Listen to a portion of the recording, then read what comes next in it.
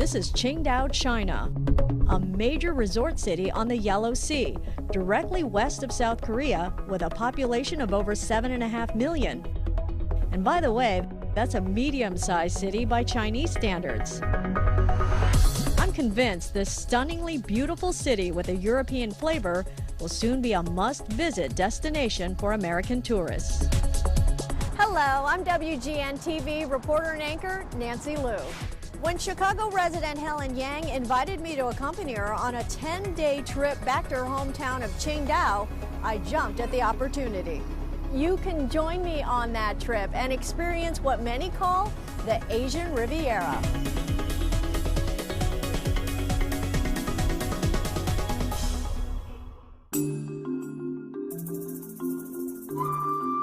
From the air, I can already see it's a beautiful city, and it's easy to understand why it's also called the Switzerland of Asia. One of the first things you notice in this city is the German influence. It's everywhere, especially at the German-built International Club, a popular hangout for students. With the brats and the beer, you'd almost forget you're in China while hanging out here. 谢谢你, if not for the Chinese waitstaff.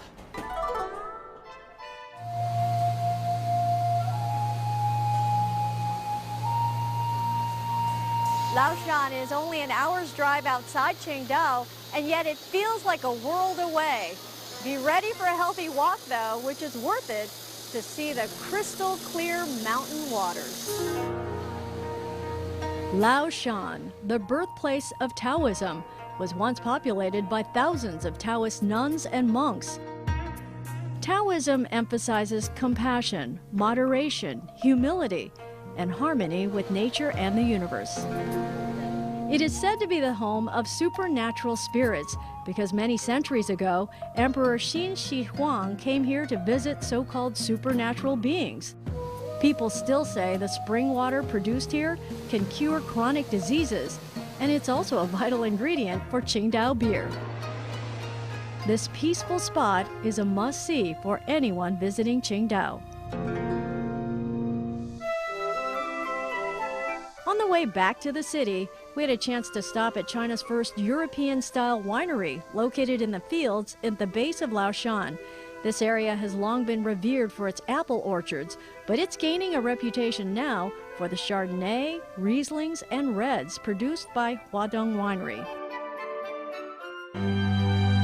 The next day, we visit another spiritual destination, and a unique one too. For China, that is. We were allowed to shoot inside Qingdao's St. Michael's Catholic Cathedral. Believe it or not, there are thousands of Catholics in this area. I've only got a couple of days left in Qingdao, and there are so many more things to explore, so let's start with the shopping.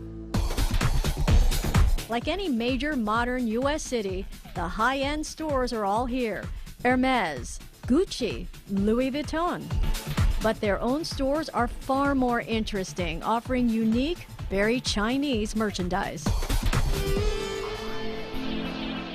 Qingdao is also a foodie's paradise. The variety of restaurants, eateries, and food courts is mind-boggling. I've also noticed how extraordinary the presentation and preparation is. The service is excellent too. I've never had a cup of tea poured like this, and he puts on quite a show afterwards. Speaking of shows, many of the places we visited provided entertainment along with our meal. And if you love seafood, remember, Qingdao is a seaport, and fresh fish is everywhere.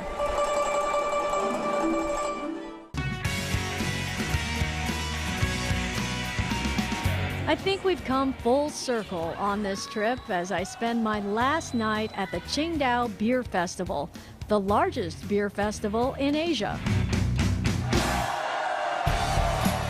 The event begins in the second week of August and lasts for 2 weeks. The grand opening ceremony is spectacular,